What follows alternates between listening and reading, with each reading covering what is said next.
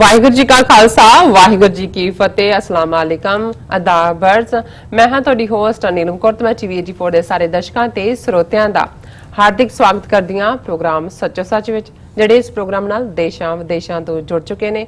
Khalsa affair centre ਦੇ ਸੰਚਾਲਕ doctor Amarjit Singh ji ਰੋਜ਼ਾਨਾ ਦੀ ਤਰ੍ਹਾਂ ਸਟੂਡੀਓ ਵਿੱਚ ਮੇਰੇ ਨਾਲ ਸ਼ਾਮਲ ਨੇ। ਆਓ ਨਾ ਮਿਲ ਕੇ ਅੱਜ ਦੇ ਅਹਿਮ ਇਸ਼ੂਜ਼ ਉੱਪਰ ਗੱਲਬਾਤ ਕਰਦੇ ਹਾਂ।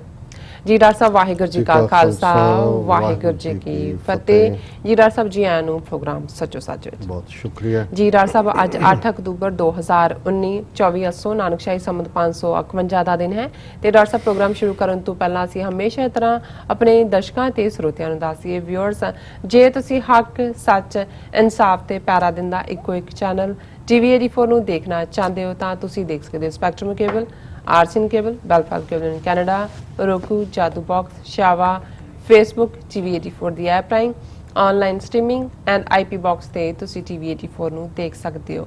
व्यूअर्स, ਜੇ ਤੁਸੀਂ TV84 ਨਾਲ ਜਾਂ ਪ੍ਰੋਗਰਾਮ ਸੱਚੋ ਸੱਚ ਨਾਲ ਫੇਸਬੁੱਕ ਰਾਹੀਂ ਜੁੜੇ ਹੋ ਤਾਂ ਇਸ ਨੂੰ ਵੱਧ ਤੋਂ ਵੱਧ ਲਾਈਕ ਕਰੋ ਤੇ ਸ਼ੇਅਰ ਕਰੋ ਅਤੇ ਨਾਲ ਹੀ YouTube ਤੇ ਸਬਸਕ੍ਰਾਈਬ ਵੀ ਕਰੋ। ਇਹ ਵੀ ਦੱਸ ਦਈਏ ਕਿ ਤੁਸੀਂ TV84 ਦੀ ਐਪ ਨੂੰ ਐਂਡਰੋਇਡ ਐਂਡ ਐਪ ਸਟੋਰ ਤੇ डाउनलोड करके तुसी TV84 ਦੀ जो लाइव स्ट्रीम है उसनू तुसी 24 आवर्स देख सकते हो। व्यूअर्स, हुण असीं अपने प्रोग्राम की शुरुआत करन जा रहे हैं। प्रोग्राम की शुरुआत करांगे जो अज दा पहला अहम इशू है कश्मीर इशू। इस दे उपर आपां गलबात करांगे। जिस तरह कि कश्मीर नू बंद होया 65 दिन हो चुके ने, उत्थों दे कश्मीरियां नू उत्थों दे लोकां नू खुली जेल विच डकिया होया है और उन्हां नू उन्हां दियां जो मुढ़लियां सहूलतां ने उन्हां तों महरूम किया गया है। सो लगातारता नाल TV84 इस इशू नू एवरी डे डिस्कस करता है। डॉक्टर साहब अपने विचार इस दे उपर तुहाडे नाल शेयर करते हैं। सो असीं चाहांगे कि तुसीं साडे नाल इसे तरह ही जुड़े रहना। सो असीं डॉक्टर साहब कोलों उन्हां दे विचार सुनते हैं। थैंक यू सो मच जी। डॉक्टर साहब की कहना चाहोगे? देखो, बहुत बार जो कुछ चार चफेरे चल रहा है उस बारे तो मैं शुरुआत ही इस तो करांगा कि जदों बहुत बार तुसीं एक बेबसी दे आलम च होवो जी और चार चफेरे हनेरे च डुबदा आला दुआला होए ते फिर रब दे अगे ही जिहड़ा है वो अरदास करनी बनदी है कि रब हिम्मत दे कि तुसीं उस हनेरे दे विच एक छोटा जिहा दीवा जगा के चानण कर सको। जी घट्टो घट्ट तुसीं हनेरे नूं ਇਹ ਗੁਮਾਨ ਦੇ ਨਾਲ ਤਾਂ ਨਾ ਜੀਣ ਦਿਓ ਕਿ ਉਹ ਚਾਰ ਚਫੇਰੇ ਪਸਰਿਆ ਸੀ ਤੇ ਉਸ ਨੂੰ ਕੋਈ ਚੈਲੰਜ ਨਹੀਂ ਸੀ ਹੋਇਆ। ਬਿਲਕੁਲ। ਸੋ ਜ਼ਾਹਰ ਹੈ ਕਿ ਜਦੋਂ ਅਸੀਂ ਇਸ ਸਾਰੇ ਪਾਸੇ ਵੱਲ ਦੇਖ ਰਹੇ ਹਾਂ ਕਸ਼ਮੀਰ ਦੇ ਹਵਾਲੇ ਨਾਲ 65 ਦਿਨਾਂ ਦੀ ਗੱਲ ਔਰ ਹਰ ਰੋਜ਼ ਉੱਥੇ ਹਾਲਾਤ ਵੱਧ ਤੋਂ ਬਦਤਰ ਨੇ ਜੀ ਔਰ ਬਹੁਤ ਵਾਰ ਜਦੋਂ ਹਕੂਮਤਾਂ ਔਰ ਖਾਸ ਤੌਰ ਤੇ ਬਾਹਰਲੀਆਂ ਤਾਕਤਾਂ ਜਿਹੜੀਆਂ ਆਪਣੇ ਡਾਲਰ ਗਿਣਨ ਦੇ ਵਿੱਚ ਔਰ ਹਿੰਦੂਤਵ ਵੀ ਆਪਣੀਆਂ ਵੋਟਾਂ ਗਿਣਨ ਦੇ ਵਿੱਚ ਰੁੱਝੇ ਹੋਏ ਨੇ, ਉੱਥੇ ਲੋਕਾਂ ਦੇ ਕੋਲ ਲਾਸ਼ਾਂ ਗਿਣਨ ਤੋਂ ਬਿਨਾਂ ਹੋਰ ਕੋਈ ਬਚਦਾ ਵੀ ਨਹੀਂ ਹੈ ਕਿਉਂਕਿ ਉਹਨਾਂ ਨੂੰ ਜੇ ਲਾਸ਼ਾਂ ਦੇ ਢੇਰ ਦੇ ਵਿੱਚ ਕਨਵਰਟ ਕਰਨ ਤੋਂ ਪਹਿਲਾਂ ਤੁਰਦੀਆਂ ਫਿਰਦੀਆਂ ਲਾਸ਼ਾਂ ਬਣਾ ਦਿੱਤਾ ਗਿਆ। ਜਦੋਂ ਅਸੀਂ 65 ਦਿਨਾਂ ਦੀ ਗੱਲ ਕਰਦੇ ਹਾਂ ਤੇ ਇਸ ਗੱਲ ਦਾ ਅੰਦਾਜ਼ਾ ਲਾਈਏ ਕਿ ਕਦੇ ਆਪਣੇ ਘਰ ਦੇ ਅੰਦਰ ਹੀ ਇੱਕ ਘੰਟਾ ਤੁਸੀਂ ਵਾਧੂ ਰੁਕਦੇ ਹੋ ਜਾਂ ਇੱਕ ਦਿਨ ਵੀਕਐਂਡ ਹੁੰਦਾ ਹੈ, ਭਾਵੇਂ ਸਾਰੀਆਂ ਸਹੂਲਤਾਂ ਘਰ 'ਚ ਤੁਹਾਡੇ ਹੁੰਦੀਆਂ ਨੇ ਔਰ ਤੁਸੀਂ ਅੱਕ ਜਾਂਦੇ ਹੋ, ਤੁਹਾਨੂੰ ਲੱਗਦਾ ਹੈ ਕਿ ਭਾਈ ਕਦੋਂ ਮੰਡੇ ਆਏਗਾ ਤੇ ਅਸੀਂ ਕੰਮ ਤੇ ਜਾਣਾ ਹੈ। ਸੋ ਕੁੱਲ ਮਿਲਾ ਕੇ ਲੈ ਔਰ ਉੱਥੇ ਜੋ ਹੈ ਜੋ ਚੱਲ ਰਿਹਾ ਅੰਦਰ ਕੀ ਚੱਲ ਰਿਹਾ ਕੋਈ ਪਤਾ ਨਹੀਂ ਹੈ ਕਿਉਂਕਿ ਖਬਰ ਇਹ ਹੈ ਅੱਜ ਕਿ ਜੀ ਫਲਾਂ ਥਾਂ ਤੇ ਦੋ ਜਿਹੜੇ ਹੈ ਅੱਤਵਾਦੀ ਜਿਹੜੇ ਇਹਨਾਂ ਦੀ ਘੜੀ ਘੜਾਈ ਟਰਮ ਹੈ ਉਹ ਮੁਕਾਬਲੇ 'ਚ ਮਾਰੇ ਗਏ, ਉਹਨਾਂ ਨੇ ਹਮਲਾ ਕੀਤਾ। ਫਿਰ ਖਬਰਾਂ ਜਿਹੜੀਆਂ ਪਲਾਂਟ ਕੀਤੀਆਂ ਜਾ ਰਹੀਆਂ ਜਿਨ੍ਹਾਂ ਦਾ ਅਸੀਂ ਜ਼ਿਕਰ ਕਰਾਂਗੇ, ਪਰ ਉਸ ਦੀ ਗੱਲ ਕਰਨ ਤੋਂ ਪਹਿਲਾਂ ਕਸ਼ਮੀਰ ਮੁੱਦੇ ਤੇ ਕਿ ਬੇਸ਼ੱਕ ਭਾਰਤ ਨੇ ਟੋਟਲ ਨਿਊਜ਼ ਬਲੈਕ ਆਊਟ ਕੀਤਾ ਹੋਇਆ। ਮੇਨ ਸਟ੍ਰੀਮ ਮੀਡੀਆ ਤਾਂ ਪਹਿਲਾਂ ਹੀ ਗੋਦੀ ਮੀਡੀਆ ਸੀ। ਸੋਸ਼ਲ ਮੀਡੀਆ ਦੇ ਉੱਤੇ ਵੀ ਜੇ ਦੋ ਚਾਰ ਕਿਤੇੋਂ ਉਧਮਪੁਰ ਤੋਂ ਜਾਂ ਕੋਈ ਰਿਆਸੀ ਤੋਂ ਖਬਰਾਂ ਪਈਆਂ ਉਹਨਾਂ ਦੇ ਖਿਲਾਫ ਵੀ ਦੇਸ਼ ਧਰੋਹ ਦੇ ਕੇਸ ਰਜਿਸਟਰ ਹੋਏ। ਇਸ ਲਈ ਹੁਣ ਬਹੁਤ ਕੁਝ ਤੁਹਾਨੂੰ ਸੋਸ਼ਲ ਮੀਡੀਆ ਤੇ ਵੀ ਨਹੀਂ ਨਜ਼ਰ ਆਉਂਦਾ ਔਰ ਕਸ਼ਮੀਰ ਵਾਦੀ ਤਾਂ ਜ਼ਾਹਰ ਹੈ इंटरनेट सर्विस भी बंद है और मोबाइल सर्विस भी बंद है और पूरा 1 मिलियन फौज 10 लाख फौज रखी हुई है और उत्थों कोई जानकारी जिहड़ी है वो बाहर नहीं निकलण दित्ती जा रही। लेकिन इस दे बावजूद ਕਸ਼ਮੀਰੀਆਂ ਦੀ ਆਵਾਜ਼ ਕਿਤੇ ਨਾ ਕਿਤੇ ਦੁਨੀਆ ਭਰ ਦੇ ਵਿੱਚ ਜਿਹੜੇ ਲਾਅ ਮੇਕਰ ਨੇ ਜਾਂ ਓਪੀਨੀਅਨ ਮੇਕਰ ਨੇ ਉਹਨਾਂ 'ਚ ਸਾਨੂੰ ਸੁਣਾਈ ਦਿੰਦੀ ਹੈ। ਜੀ ਕੱਲ੍ਹ ਅਸੀਂ ਜ਼ਿਕਰ ਕੀਤਾ ਸੀ ਕਿ ਕਿਵੇਂ ਅਮਰੀਕਾ ਦੇ 2 ਸੈਨੇਟਰ ਜਿਨ੍ਹਾਂ ਨੂੰ ਕਿ ਭਾਰਤੀ ਕਬਜ਼ੇ ਵਾਲੇ ਕਸ਼ਮੀਰ 'ਚ ਜਾਣ ਦੀ ਇਜਾਜ਼ਤ ਨਹੀਂ ਦਿੱਤੀ ਗਈ, ਜੀ ਪਰ ਉਹ ਆਜ਼ਾਦ ਕਸ਼ਮੀਰ 'ਚ ਉਹਨਾਂ ਨੇ ਵਿਜ਼ਿਟ ਕੀਤਾ ਔਰ ਉਹਨਾਂ ਨੇ ਮੰਗ ਕੀਤੀ ਹੈ ਕਿ ਜਿਹੜੀ ਉੱਥੇ ਜ਼ਿੰਦਗੀ ਹੈ ਭਾਰਤੀ ਕਬਜ਼ੇ ਵਾਲੇ ਕਸ਼ਮੀਰ 'ਚ ਆਮ ਵਾਂਗ ਬਣਾਈ ਜਾਏ, ਬਿਲਕੁਲ ਪਾਬੰਦੀਆਂ ਚੁੱਕੀਆਂ ਜਾਣ। ਸੋ ਇਸ ਵਿਸ਼ੇ ਦੇ ਉੱਤੇ ਗੱਲ ਅੱਗੇ ਵੀ ਤੁਰੀ ਹੈ। ਹਾਊਸ ਫੋਰਨ ਅਫੇਅਰਸ ਕਮੇਟੀ ਦੀ ਅੱਜ ਸਟੇਟਮੈਂਟ ਹੈ ਇਸ ਦੇ ਉੱਤੇ ਕਿ US panel urges India to lift communication blackout in Kashmir. ਇਹ ਬਹੁਤ ਵੱਡੀ ਪਾਵਰਫੁਲ ਕਮੇਟੀ ਹੈ ਕਿਉਂਕਿ ਇੱਕ ਇੰਟਰਨੈਸ਼ਨਲ ਰਿਲੇਸ਼ਨਸ ਕਮੇਟੀ ਹਾਊਸ ਦੀ ਹੁੰਦੀ ਹੈ, ਇੱਕ ਸੈਨੇਟ ਦੀ ਹੁੰਦੀ ਹੈ। ਜੀ ਸੋ ਜ਼ਾਹਰ ਹੈ ਕਿ ਹਾਊਸ ਦੇ ਵਿੱਚ ਜਿਹੜੀ ਸਬ ਕਮੇਟੀ ਹੈ ਔਨ ਸਾਊਥ ਏਸ਼ੀਆ ਉਸ ਔਰ ਪੈਸੀਫਿਕ ਏਸ਼ੀਆ, ਉਹਨਾਂ ਨੇ ਤਾਂ ਪ੍ਰੋਪਰ ਹੀਅਰਿੰਗ 22 ਤਰੀਕ ਦੀ ਰੱਖੀ ਹੋਈ ਹੈ, 22 ਅਕਤੂਬਰ ਦੀ, ਜੀ ਪਰ ਉਹ ਇੱਕ ਸਬ ਕਮੇਟੀ ਹੀਅਰਿੰਗ ਹੈ ਜਿਹਨੂੰ ਮਿਸਟਰ ਸ਼ਰਮਨ ਲੀਡ ਕਰਦੇ ਨੇ। ਪਰ ਇਹ ਫੁੱਲ ਫਲੈਜ ਜਿਹੜੀ ਹਾਊਸ ਫੋਰਨ ਅਫੇਅਰਸ ਕਮੇਟੀ ਹੈ ਉਹਦੀ ਸਟੇਟਮੈਂਟ ਹੈ। ਔਰ ਇਸ ਤੋਂ ਵੀ ਪਹਿਲਾਂ ਮੈਂ ਉਹਨਾਂ ਆਪਣੇ ਸਾਰੇ ਹੀ ਵਿਊਅਰਸ ਦਾ ਸ਼ੁਕਰੀਆ ਅਦਾ ਕਰਨਾ ਚਾਹੁੰਦਾ ਕਿ ਜਿਵੇਂ ਕੱਲ ਸਲੀਮ ਮਲਕ ਜੀ ਦੀ ਯਾਦ 'ਚ ਅਸੀਂ ਪਹਿਲਾ ਸੈਗਮੈਂਟ ਵੀ ਤੀਸਰਾ ਸੈਗਮੈਂਟ ਵੀ ਕੀਤਾ। ਜ਼ਾਹਰ ਹੈ ਉਸ ਦਾ ਅਸਰ ਅਜੇ ਵੀ ਸਾਡੇ ਤੇ ਚੱਲ ਰਿਹਾ ਲਗਾਤਾਰਤਾ ਦੇ ਨਾਲ। ਸੈਂਕੜਿਆਂ ਦੀ ਗਿਣਤੀ ਦੇ ਵਿੱਚ ਮੈਸੇजेस ਨੇ ਔਰ ਦਰਜਨਾਂ ਕਾਲਸ ਅੱਜ ਥਰੂ ਆਊਟ ਰਹੀਆਂ ਕਿਉਂਕਿ ਬਹੁਤ ਸਾਰੇ ਔਰ ਮੈਨੂੰ ਇਸ ਗੱਲ ਦੇ ਉੱਤੇ ਮਹਿਸੂਸ ਵੀ ਹੋਇਆ, ਫਖਰ ਵੀ ਹੋਇਆ ਕਿਤੇ ਨਾ ਕਿਤੇ ਕਿ ਟੀਵੀ 84 ਇੱਕ ਐਸਾ ਮਾਧਿਅਮ ਬਣਿਆ ਜਿਹਦੇ ਰਾਹੀਂ ਸਾਡੀ ਕਿੰਨੇ ਵੀਰਾਂ ਭੈਣਾਂ ਤੱਕ ਪਹੁੰਚ ਹੈ ਜਿਹੜੇ ਸਾਡੇ ਦੁੱਖ ਦਰਦ ਦੇ ਸਾਥੀ ਵੀ ਨੇ। ਔਰ ਦੁੱਖ ਇਸ ਗੱਲ ਦਾ ਹੋਇਆ ਕਿ ਸਲੀਮ ਮਲਕ ਸਾਹਿਬ ਜਿਸ ਕਦਰ ਇਹਨੇ ਸ਼ਾਰਟ ਟਾਈਮ 'ਚ ਪੈਨਲ ਡਿਸਕਸ਼ਨਸ ਦੇ ਵਿੱਚ ਪਪੂਲਰ ਸਨ, ਉਹ ਸਾਡਾ ਸਾਥੀ ਸਾਥੋਂ ਵਿਛੜ ਗਿਆ ਔਰ ਅਸੀਂ ਉਹਨਾਂ ਦਾ ਸਾਥ ਔਰ ਉਹਨਾਂ ਦੀ ਆਵਾਜ਼ ਆਪਣੇ ਵਿਊਅਰਸ ਤੱਕ ਨਹੀਂ ਪਹੁੰਚਾ ਸਕਾਂਗੇ। ਕੁਝ ਸੈਲੈਕਟ ਈਮੇਲਸ ਵੀ ਸਾਨੂੰ ਜਿਹੜੀਆਂ ਨੇ ਅਸੀਂ ਤੀਸਰੇ ਸੈਗਮੈਂਟ ਦੇ ਵਿੱਚ ਮਲਕ ਸਾਹਿਬ ਦੀ ਯਾਦ ਦੇ ਵਿੱਚ ਜਿਹੜੀਆਂ ਨੇ ਉਹਨਾਂ ਨੂੰ ਅਸੀਂ ਸ਼ੇਅਰ ਕਰਾਂਗੇ। ਔਰ ਅਸੀਂ ਇਹ ਵੀ ਸਾਨੂੰ ਸੁਜੈਸ਼ਨ ਸੀ ਕਿ ਜਿਵੇਂ ਸਾਡੇ 3 ਸੈਗਮੈਂਟ ਹੁੰਦੇ ਨੇ ਕਿ ਜੇ ਆਈਡੀਆ ਪਹਿਲੇ ਤੋਂ ਬਾਅਦ ਹੋਏ ਕਿ ਦੂਸਰੇ 'ਚ ਕੀ ਵਿਚਾਰ ਹੋਏਗੀ, ਤੀਸਰੇ 'ਚ ਕੀ ਹੋਏਗਾ। ਸੋ ਜ਼ਾਹਰ ਹੈ ਕਿ ਵੀ ਇੱਕ ਸੈਗਮੈਂਟ ਜਿਹੜਾ ਹੈ RSS ਦੇ ਚੀਫ ਮੋਹਨ ਭਾਗਵਤ ਨੇ ਇਹ ਬਿਆਨ ਦਿੱਤਾ ਕਿ ਜਿਹੜਾ ਲਿੰਚਿੰਗ ਲਫ਼ਜ਼ ਇਸਤੇਮਾਲ ਕਰਦਾ ਹੈ ਇੱਥੇ, ਉਹ ਜਿਹੜਾ ਭਾਰਤ ਨੂੰ ਡੀਫੇਮ ਕਰ ਰਿਹਾ, ਭਾਰਤ ਨੂੰ ਬਦਨਾਮ ਕਰ ਰਿਹਾ। ਸੋ ਜ਼ਾਹਰ ਹੈ ਕਿ ਵੀ ਨਾਲੇ ਚੋਰ ਨਾਲੇ ਚਤਰ ਵਾਲੀ ਗੱਲ ਹੈ, ਉਸ ਨੂੰ ਅਸੀਂ ਵੇਰਵੇ ਦੇ ਨਾਲ ਡਿਸਕਸ ਕਰਾਂਗੇ।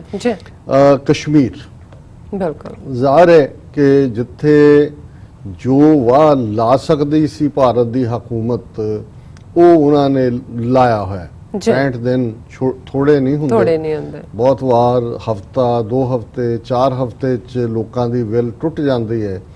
ਹੁਣ ਉਹ ਆਮ ਲੋਕਾਂ ਦੀ ਵਿਲ ਤਾਂ ਨਹੀਂ ਤੋੜ ਸਕੇ, ਪਰ ਜਿਹੜੇ ਖੁਦਗਰਜ਼ ਲਾਲਚੀ ਲੀਡਰਸ਼ਿਪ, ਇਹ ਇਵੇਂ ਹੀ ਹੈ ਜਦੋਂ ਤੁਸੀਂ ਕੁੱਤਿਆਂ ਨੂੰ ਜਿਹੜਾ ਉਹ ਪੈਕ ਆਫ ਡੌਗਸ ਟੁਕੜਾ ਸੁੱਟਦੇ ਹੋ, ਉਹ ਭਾਵੇਂ ਆਪਸ 'ਚ ਪਹਿਲਾਂ ਲੜ ਰਹੇ ਹੁੰਦੇ ਨੇ, ਫਿਰ ਟੁਕੜੇ ਵੱਲ ਦੇਖ ਕੇ ਦੌੜਦੇ ਨੇ, ਟੁਕੜੇ ਲਈ ਲੜਦੇ ਨੇ। ਸੋ ਇਹ ਵੀ ਇੱਕ ਜਿਹੜਾ ਹੁਣ ਐਕਸਪੈਰੀਮੈਂਟ ਉਹ ਕਰ ਰਹੇ ਨੇ। ਉਹਨਾਂ ਨੇ ਅਨਾਉਂਸ ਕੀਤਾ ਸੀ ਕਿ ਜੀ ਅਸੀਂ ਜਿਹੜੀਆਂ ਨੇ ਬਲਾਕ ਡਿਵੈਲਪਮੈਂਟ ਕੌਂਸਲ ਦੀਆਂ ਚੋਣਾਂ ਕਰਵਾਉਣੀਆਂ ਨੇ ਜਿਹੜੀਆਂ 3 ਹਫ਼ਤੇ ਬਾਅਦ ਨੇ, ਉਹਨੂੰ ਲੈ ਕੇ ਕੀ ਚੱਲ ਰਿਹਾ ਔਰ ਕਿਵੇਂ। ਹੁਣ ਖਬਰਾਂ ਹੀ ਇਹ ਨੇ ਕਿ political parties divided over contesting block development council polls, ਕਿ ਵੀ ਉੱਥੇ ਨੈਸ਼ਨਲ ਕਾਨਫਰੰਸ ਹੋਏ, PDP ਹੋਏ, ਇਹ ਆਪਸ 'ਚ ਉਹਨਾਂ ਦੇ ਮਤਭੇਦ ਨੇ, ਚੋਣਾਂ ਲੜੀਏ ਨਾ ਲੜੀਏ। ਕਾਂਗਰਸ ਔਰ BJP ਨੇ ਤਾਂ ਕਿਹਾ ਜੀ ਅਸੀਂ ਤਾਂ ਨੈਸ਼ਨਲ ਪਾਰਟੀਜ਼ ਹੈ ਔਰ ਸਾਡਾ ਡੈਮੋਕ੍ਰੇਸੀ 'ਚ ਯਕੀਨ ਹੈ, ਅਸੀਂ ਤਾਂ ਇਹ ਲੜਾਂਗੇ। ਸੋ ਮਤਲਬ ਇਹ ਜਿਹੜੇ ਕੁੱਤੇ ਨੇ ਵਿਕੇ ਹੋਏ, ਭੁੱਖੇ, ਗਰੀਡੀ, ਜਿਨ੍ਹਾਂ ਨੇ ਪਿਛਲੇ 70 ਸਾਲ 'ਚ ਲੋਕਾਂ ਨੂੰ ਵੀ ਚੁੰਡਿਆ ਔਰ ਨੁਮਾਇੰਦੇ ਬਣ ਕੇ ਲੋਕਾਂ ਦੇ ਹਕੂਮਤੀ ਜਿਹੜੀ ਹੈ ਉਹ ਉਸ ਕੁਰਸੀ ਦਾ ਆਨੰਦ ਵੀ ਮਾਣਦੇ ਰਹੇ। ਹੁਣ ਇਹਦੇ ਬਾਵਜੂਦ ਕਿ ਹਜ਼ਾਰਾਂ ਮੀਲ ਦੂਰ ਦੁਨੀਆ ਭਰ 'ਚ ਬੈਠੇ ਲੋਕ ਮਹਿਸੂਸ ਕਰ ਰਹੇ ਨੇ ਕਿ 80 ਲੱਖ ਆਮ ਕਸ਼ਮੀਰੀ ਆਵਾਮ ਦੀ ਪੀੜ ਕੀ ਹੈ, ਉਹਨਾਂ ਦਾ ਦਰਦ ਕੀ ਹੈ। ਔਰ ਇਹ ਜਿਹੜੇ ਪੈਕ ਆਫ ਡੌਗਸ ਹੈ, ਇਹ ਹੁਣ ਜਿਹੜਾ ਉਹ ਬੇਮਤਲਬ ਜਿਹੜਾ, ਹਾਲਾਂ ਇਹ ਕੋਈ ਤੁਹਾਨੂੰ ਸ਼ਰਮ ਆਣੀ ਚਾਹੀਦੀ ਹੈ, ਤੁਸੀਂ ਤਾਂ ਇਸ ਗੱਲ ਦੇ ਉੱਤੇ ਕਿ ਜੀ ਪਾਰਟੀ ਵਿਚਾਰ ਕਰੇਗੀ, ਵਰਕਿੰਗ ਕਮੇਟੀ ਦੀ ਮੀਟਿੰਗ ਸੱਦ ਲਈ ਹੈ ਔਰ ਇਹ ਹੋ ਗਿਆ।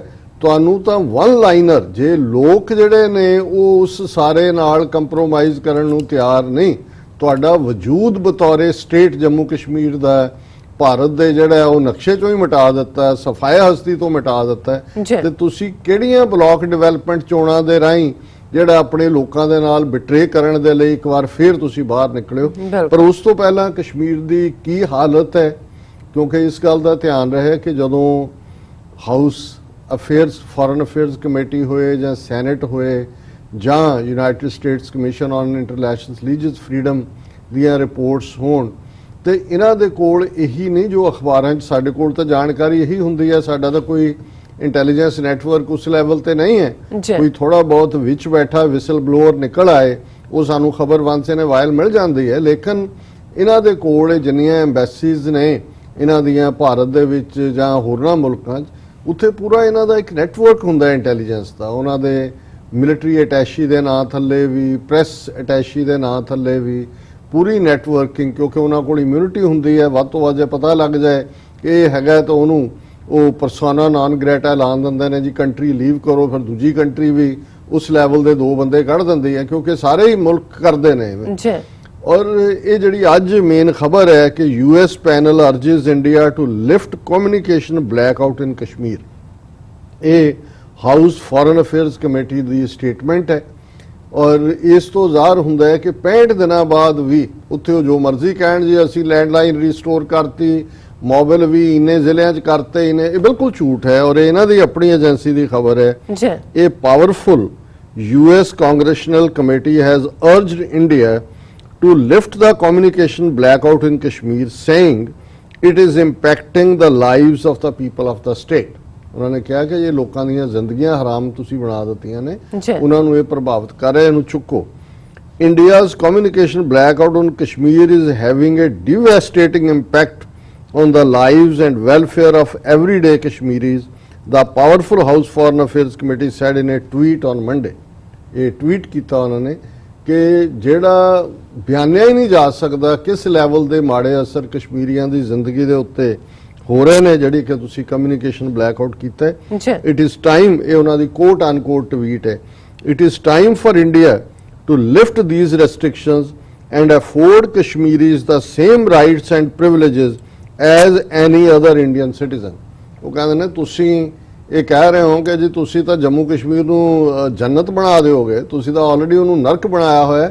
ਘੱਟੋ ਘੱਟ ਜਿਹੜੇ ਭਾਰਤ ਦੇ ਬਾਕੀ ਸ਼ਹਿਰੀਆਂ ਨੂੰ ਤੁਸੀਂ ਹੱਕ ਦਿੱਤੇ ਹੋਏ ਨੇ ਉਹ ਤਾਂ ਉਹਨਾਂ ਦੇ ਰੀਸਟੋਰ ਕਰੋ, ਉਹਨਾਂ ਨੂੰ ਦੀ ਜਿਹੜੀ ਆ ਕਮਿਊਨੀਕੇਸ਼ਨ, ਫੋਨ, ਉਹਨਾਂ ਦੇ ਇੰਟਰਨੈਟ, ਦੂਜੇ ਤਾਂ ਜਿਹੜੇ ਨੇ ਉਹ ਉਹਨਾਂ ਨੂੰ ਖੋਲੋ। ਔਰ ਇਹ ਫਿਰ ਅੱਗੇ ਸਾਰੇ ਸਟੋਰੀ ਤੇ ਹੈ ਵੀ 5 ਅਗਸਤ ਤੋਂ ਇਹ ਰੈਸਟ੍ਰਿਕਸ਼ਨਸ ਬਰਾਬਰ ਚੱਲ ਰਹੀਆਂ।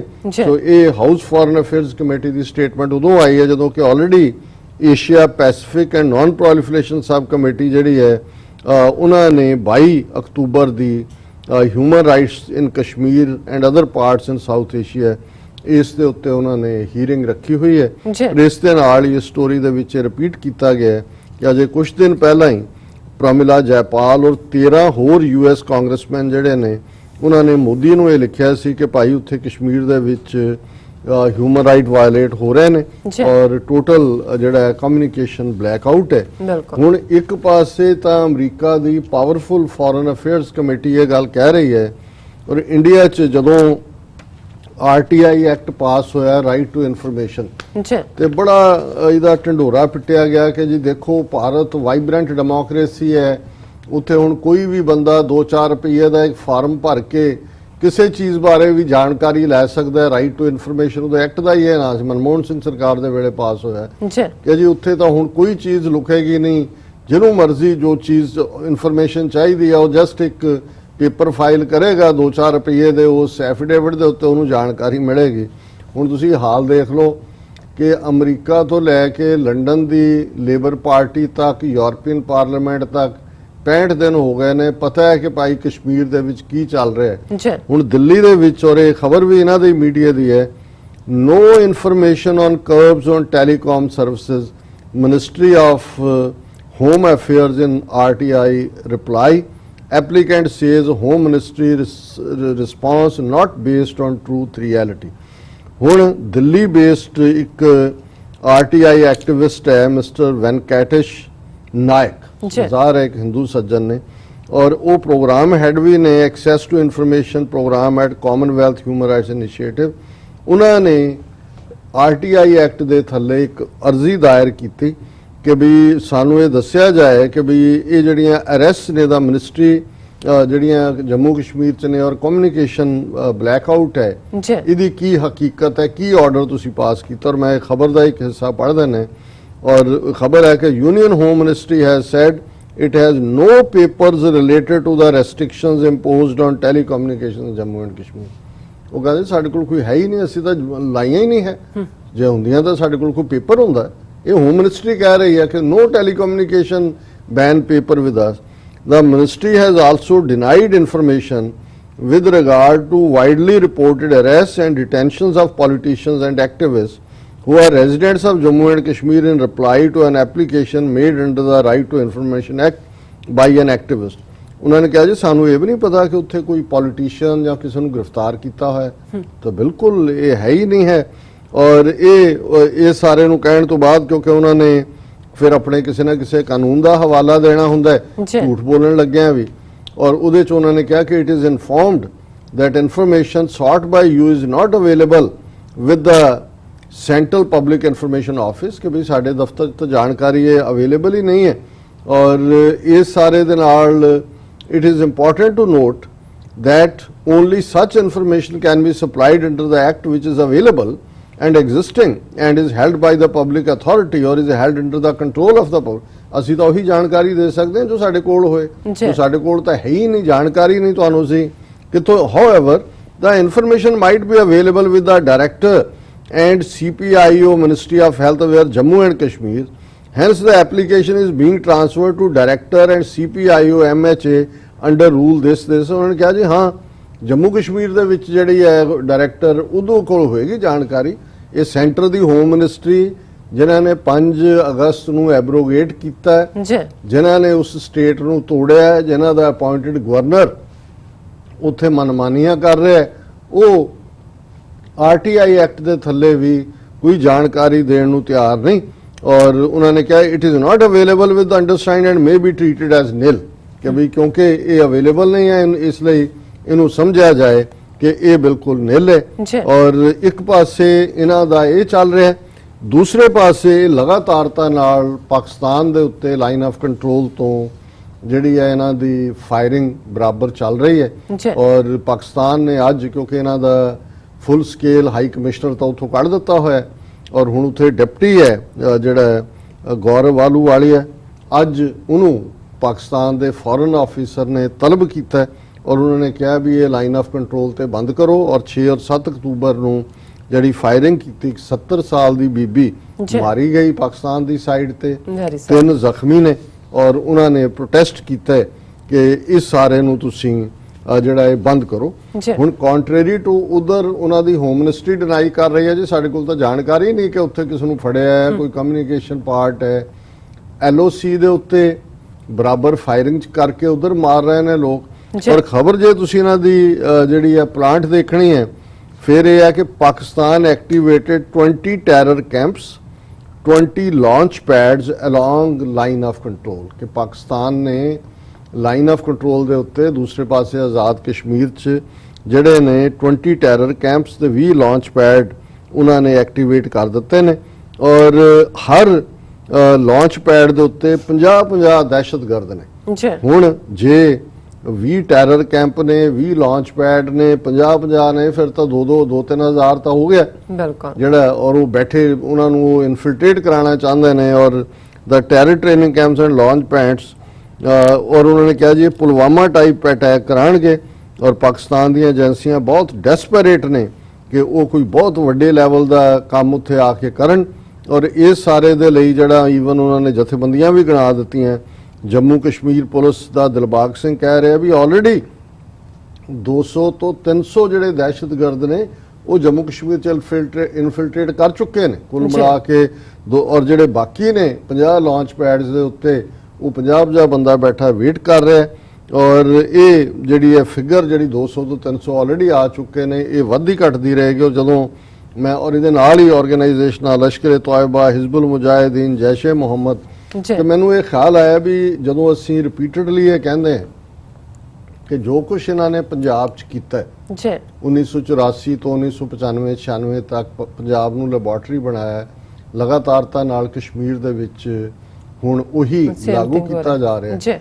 ਤੇ ਅੱਜ ਕੱਲ ਜੂਲੀਅਸ ਰਿਬੈਰੋ ਜਿਹੜਾ ਇਹਨਾਂ ਨੇ 1985 ਦੇ ਵਿੱਚ ਮਹਾਰਾਸ਼ਟਰ ਤੋਂ ਇੱਕ ਈਸਾਈ ਲੱਭ ਕੇ ਲਿਆਂਦਾ, ਜਿਵੇਂ ਹੁਣ ਜੰਮੂ ਕਸ਼ਮੀਰ ਦੇ ਵਿੱਚ ਰਣਬੀਰ ਢਿੱਲੋਂ ਨਾਂ ਦਾ ਦਾੜੀ ਕੱਟਾ ਬਦਸ਼ਕਲ ਆਦਮੀ, ਉਹਨੂੰ ਅੱਗੇ ਬਿਠਾਇਆ ਹੁੰਦਾ ਹੈ ਪ੍ਰੈਸ ਕਾਨਫਰੰਸ ਕਰਨ ਲਈ। ਸੋ ਜਦੋਂ ਪੰਜਾਬ 'ਚ ਇਹਨਾਂ ਨੇ ਸਿੱਖ ਨੌਜਵਾਨੀ ਦਾ ਕਹਾਣ ਸ਼ੁਰੂ ਕੀਤਾ ਔਰ ਪਹਿਲੇ ਪੁਲਿਸ ਮੁਕਾਬਲੇ ਬਣਾਉਣੇ ਸ਼ੁਰੂ ਕੀਤੇ, ਔਰ ਇਹ ਜੂਲੀਅਸ ਸੀ ਰਿਬੈਰੋ ਜਿਹੜਾ ਹੁਣ ਰਿਟਾਇਰ ਹੋ ਚੁੱਕਾ ਹੈ, ਹਾਲਾਂਕਿ ਉਹਨੂੰ ਬਾਅਦ 'ਚ ਜੋ ਉਹਨੇ ਪੰਜਾਬ ਦੇ ਵਿੱਚ ਇਹ ਜਦੋਂ ਆਇਆ ਤੇ ਇਹਨੇ ਆਂਦਿਆਂ ਹੀ ਇਹ ਆਰਡਰ ਕੀਤਾ ਸੀ ਬੁਲਟ ਫॉर ਬੁਲਟ, ਔਰ ਬਾਅਦ ਦੇ ਵਿੱਚ ਇਸ ਦੇ ਉੱਤੇ ਉਹਨੇ ਕਿਤਾਬ ਵੀ ਲਿਖੀ ਕਿ ਜੀ ਮੈਂ ਪੁਲਿਸ ਵਾਲਿਆਂ ਨੂੰ ਕਿਹਾ ਕੋਈ ਕਾਨੂੰਨ ਦੀ ਪਰਵਾਹ ਕਰਨ ਦੀ ਲੋੜ ਨਹੀਂ, ਉਡਾ ਦਿਓ ਜਿਹੜਾ ਵੀ ਸਾਹਮਣੇ ਆਉਂਦਾ।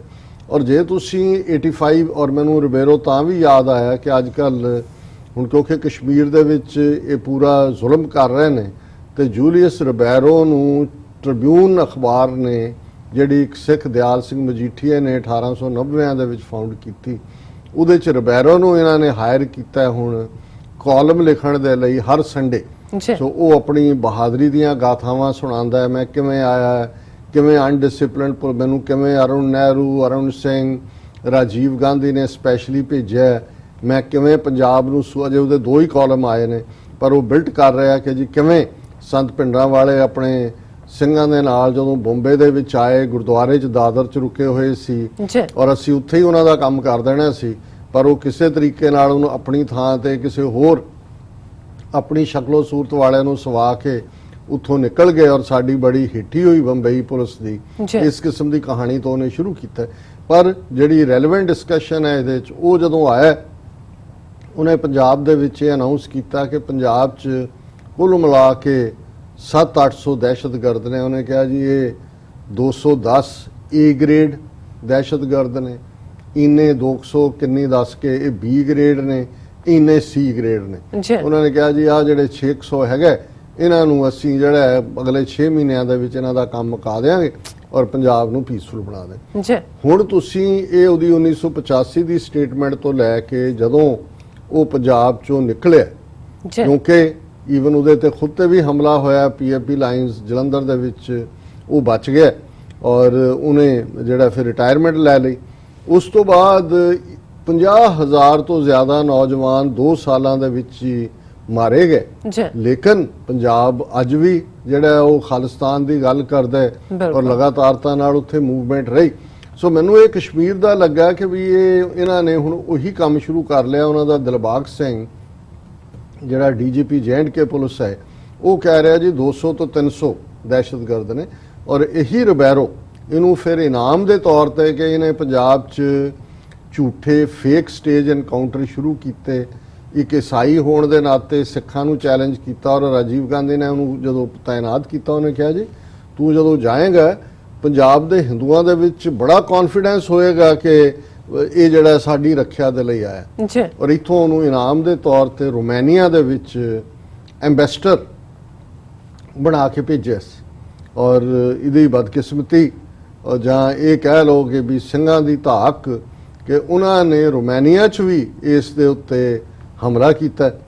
ਹਾਲਾਂਕਿ ਬਾਹਰਲੇ ਮੁਲਕਾਂ 'ਚ ਕੋਈ ਵੀ ਜਿਹੜੀ ਵਾਇਲੈਂਸ ਹੈ ਜਾਂ ਦੂਜੀ ਹੈ ਉਹ ਹੋਰ ਖਾਤੇ 'ਚ ਪੈਂਦੀ, ਪਰ ਮੈਂ ਸਮਝਦਾ ਵੀ ਜਦੋਂ ਇਹ ਇੱਕ ਚੈਲੰਜ ਹੁੰਦਾ ਹੈ ਕਿ ਵੀ ਉਹਨੇ ਕਿਹਾ ਸੀ ਬੁਲਟ ਫॉर ਬੁਲਟ, ਫਿਰ ਬੁਲਟ ਤਾਂ ਜਿੱਥੇ ਵੀ ਮਰਜ਼ੀ ਹੈ। ਬਿਲਕੁਲ ਇਹ ਲੱਕੀਲੀ ਉੱਥੋਂ ਫਿਰ ਬਚ ਕੇ ਨਿਕਲ ਗਿਆ, ਇਹ ਦੌੜਿਆ ਕਿੰਨੀ ਕੁ ਦੇਰ, ਉਹ ਸਿੰਘ ਫੜੇ ਗਏ ਸੀ, ਉਹਨਾਂ ਨੇ ਸਜ਼ਾ ਵੀ ਪਾਈ। ਲੇਕਿਨ ਇਹ ਹੈ ਕਿ ਵੀ ਇਹਨੂੰ ਚੈਲੰਜ ਕਰਤਾ ਔਰ ਜਦੋਂ ਇਹ ਤੇ ਹਮਲਾ ਵੀ ਹੋਇਆ ਉਸ ਤੋਂ ਬਾਅਦ ਵੀ ਇਹਨੇ ਉਦੋਂ ਕਿਹਾ ਸੀ ਕਿ ਨਹੀਂ ਪੰਜਾਬ ਦਾ ਜਿਹੜਾ ਇਸ਼ੂ ਹੈ ਇਹ ਮਿਲੀਟੈਂਟ ਇਸ਼ੂ ਨਹੀਂ ਹੈ, ਇਹ ਪੋਲੀਟੀਕਲ ਇਸ਼ੂ ਹੈ, ਇਸ ਦਾ ਜਿਹੜਾ ਪੋਲੀਟੀਕਲ ਸੋਲੂਸ਼ਨ ਹੋਣਾ ਚਾਹੀਦਾ।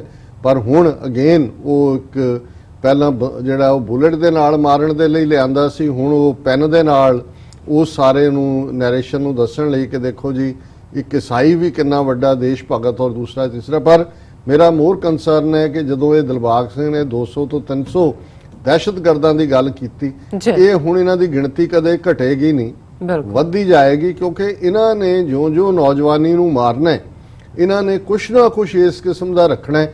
ਔਰ ਇਹ ਜਿਹੜੀ ਸਾਰੀ ਸਟੋਰੀ ਪਲਾਂਟ ਕੀਤੀ ਹੈ ਜੀ, 50 ਲਾਂਚ ਪੈਡਸ, 50 ਟੈਰਰ ਕੈਂਪ, ਹਰ ਕੈਂਪ ਦੇ ਉੱਤੇ 50-50 ਬੰਦੇ, ਜਿਵੇਂ ਇਹਨਾਂ ਨੇ ਉੱਥੇ ਰੋਲ ਕਾਲ ਲਈ ਹੁੰਦੀ ਹੈ ਜਾ ਕੇ।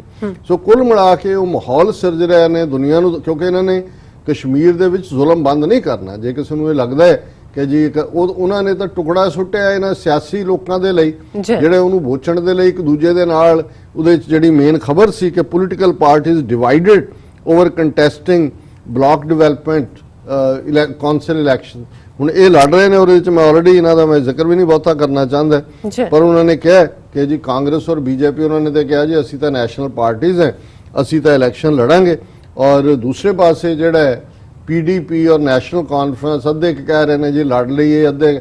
ਸੋ ਮੈਨੂੰ ਇਹ ਲੱਗਦਾ ਵੀ ਇਹ ਜਿਹੜੇ ਗੱਦਾਰ ਨੇ ਇਹ ਦੁਬਾਰਾ ਗੱਦਾਰੀ ਦੀ ਤਿਆਰੀ ਕਰ ਰਹੇ ਨੇ। ਜਿਵੇਂ ਪੰਜਾਬ ਦੇ ਵਿੱਚ ਜਦੋਂ ਸਿੱਖ ਜਵਾਨੀ ਦਾ ਘਾਣ ਹੋ ਰਿਹਾ ਸੀ ਤੇ ਬਾਦਲ ਐਂਡ ਕੰਪਨੀ, ਇਹ ਕੈਪਟਨ ਅਮਰਿੰਦਰ ਜਿਹੜਾ ਅੱਜ ਵੰਗਾਰ ਕੇ ਕਹਿ ਰਿਹਾ ਜੀ ਅਸੀਂ ਪੰਜਾਬ ਦੇ ਵਿੱਚ ਕੋਈ ਸਿਰ ਨਹੀਂ ਚੁੱਕਣ ਦੇਵਾਂਗੇ ਕਿਸੇ ਨੂੰ, ਇਹ ਉਹੀ ਬੰਦਾ ਹੈ। ਇਹ ਮਿਨਿਸਟਰ ਸੀ ਬਰਨਾਲੇ ਦੀ ਕੈਬਨਿਟ ਦੇ ਵਿੱਚ ਅਮਰਿੰਦਰ, ਔਰ ਲੋਕਾਂ ਦੀ ਵੀ ਮੈਮਰੀ ਸ਼ਾਰਟ। ਇਹਨੇ ਰਬੈਰੋ ਨੂੰ ਚਿੱਠੀ ਲਿਖੀ ਸੀ ਉਦੋਂ ਮਿਨਿਸਟਰ ਹੁੰਦਿਆਂ ਵੀ ਕਿ ਵੀ ਇਹ ਜਿਹੜਾ ਤੂੰ ਝੂਠੇ ਪੁਲਿਸ ਮੁਕਾਬਲੇ ਔਰ ਦੂਜੇ ਬਣਾ ਰਿਹਾ, ਮੈਨੂੰ ਸ਼ਿਕਾਇਤਾਂ ਮਿਲ ਰਹੀਆਂ, ਇਹ ਕੰਮ ਉਦੋਂ ਇਹ ਸੂਟ ਕਰਦਾ ਸੀ। ਉਦੋਂ ਹਰ ਕੋਈ ਜੁਝਾਰੂਆਂ ਤੋਂ ਆਪਣੀ ਜਾਨ ਬਚਾਉਣ ਨੂੰ ਲੱਗਾ ਹੋਇਆ ਸੀ।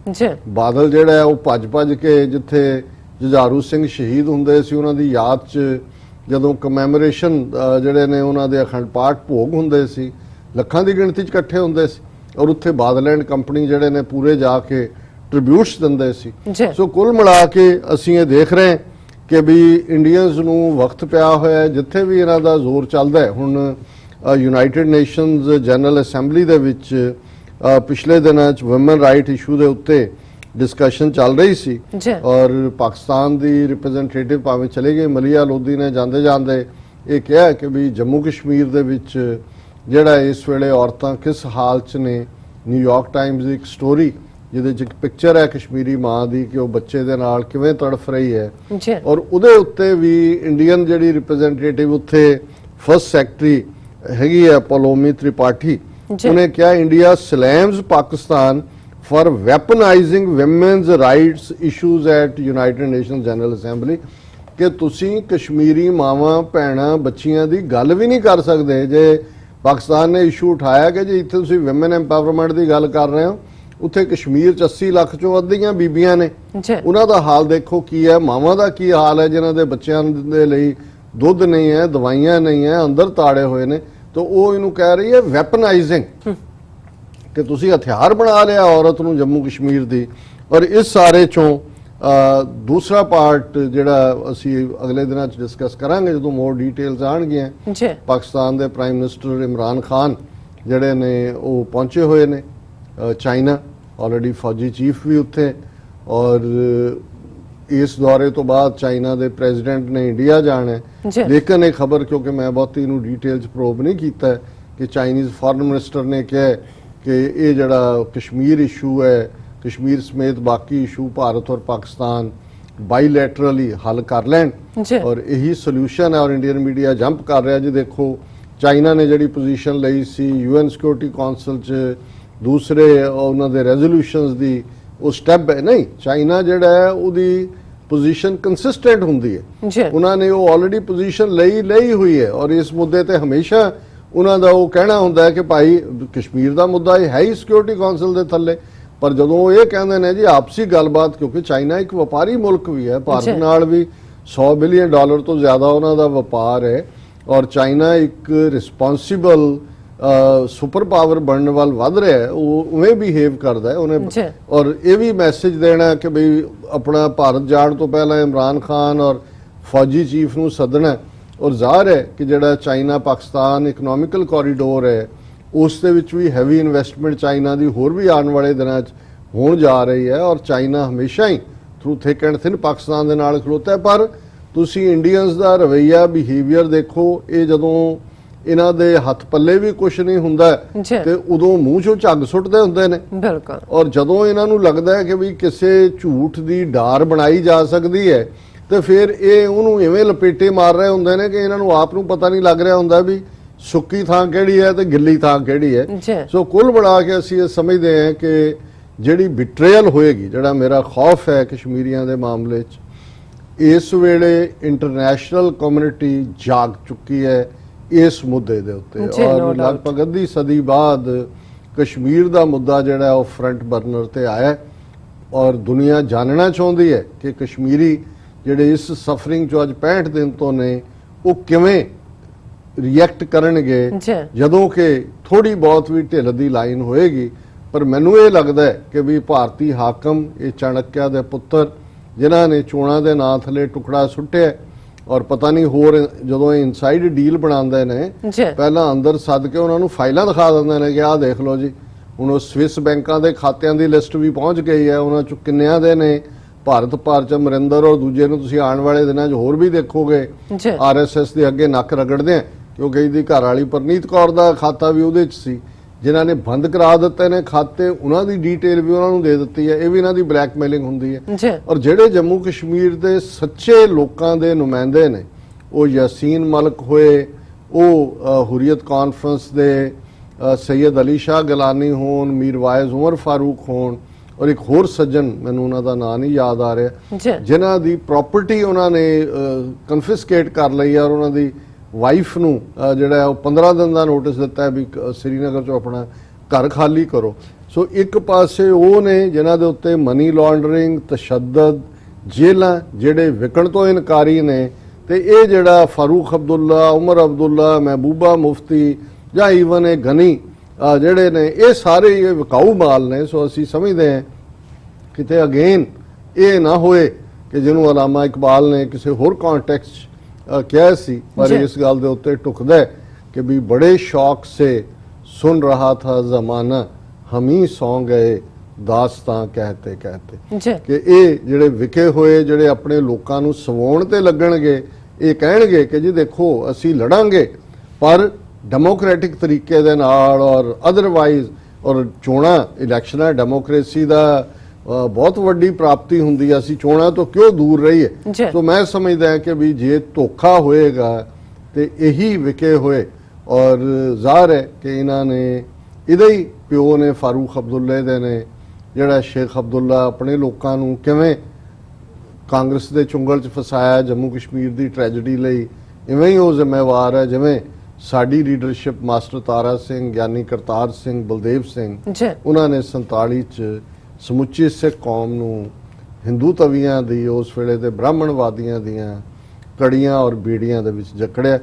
ਅਸੀਂ ਅਰਦਾਸ ਹੀ ਕਰ ਸਕਦੇ ਕਿ ਜਿੱਥੇ ਕਸ਼ਮੀਰੀਆਂ ਦੀ ਮੰਜ਼ਲ ਕਰੀਬ ਆ ਰਹੀ ਹੈ, ਦੁਨੀਆ ਦੇ ਵਿੱਚ ਕਸ਼ਮੀਰ ਇਸ਼ੂ ਔਰ ਉਹਨਾਂ ਦੀ ਰਾਈਟ ਆਫ ਸੈਲਫ ਡਿਟਰਮੀਨੇਸ਼ਨ ਦੀ ਗੱਲ ਅੱਗੇ ਵਧੀ ਹੈ ਇਸ ਸਾਰੇ ਦੇ ਨਾਲ, ਇਹ ਨਾ ਹੋਏ ਕਿ ਇੱਕ ਵਾਰ ਫੇਰ ਇਹੀ ਜਿਹੜੀ ਵਿਕੀ ਹੋਈ ਲੀਡਰਸ਼ਿਪ ਹੈ ਇਸ ਦੇ ਉੱਤੇ ਕਸ਼ਮੀਰੀ ਇਤਬਾਰ ਕਰਨ ਔਰ ਇਹ ਅਲਟੀਮੇਟਲੀ ਵਾਪਸ ਜਾ ਕੇ ਜਿਹੜਾ ਜਿਵੇਂ ਉਹ ਮਾਲਕ ਨੌਕਰ ਦਾ ਹੁੰਦਾ ਹੈ ਕਿ ਜੀ ਅਸੀਂ ਉਸੇ ਤਨਖਾਹ ਤੇ ਹੀ ਕੰਮ ਕਰਾਂਗੇ, ਇਸੇ ਲੈਵਲ ਦੇ ਉੱਤੇ ਇਹਨਾਂ ਨੂੰ ਹੋਏ ਕਿ ਜੀ ਠੀਕ ਹੈ ਜੋ ਮਿਲਦਾ ਉਹਦੇ ਨਾਲ ਆਸ਼ੀ ਕਰੋ।